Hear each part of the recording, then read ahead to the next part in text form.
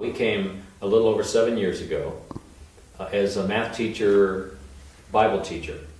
And of course the school is a Christian school for missionary children. There are a number of Wycliffe families that use the school for their educational needs. There are families from a number of other missions as well. About 4 years ago I was appointed as principal. And so I've been leading the school ever since. One of our real challenges is finding enough full-time volunteer teachers so that we can run the school comfortably, so nobody gets too overworked, and so that the parents don't have to pitch in to do their turn, so to speak, in the classroom. I mean their turn as classroom teachers, because we don't have a classroom teacher for that class. So for example, let's say we don't have a science teacher.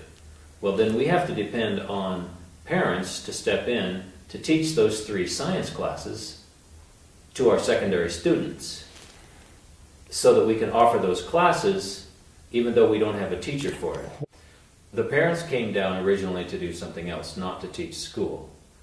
And so that work that they came down to do suffers to some extent because they don't have all of the time that they need to dedicate to it.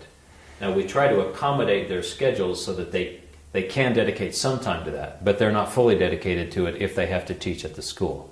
There have been times when we've simply tried to loosely oversee the children, and they've been responsible for their own studying, kind of a loose homeschool classroom type arrangement.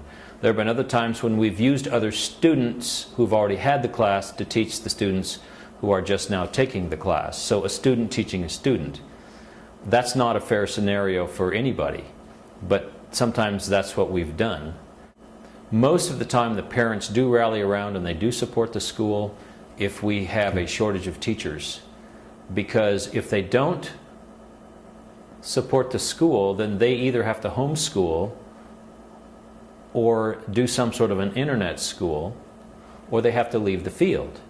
If they homeschool, that takes much more time than it would cost them if they were just contributing to the school as a classroom teacher for one class. If they go the internet school route, it will cost them significantly more than they pay to attend Oaxaca Christian School, to send their children to Oaxaca Christian School. And of course, if they go back to their home country, then they're not here to minister in the way that God has sent them.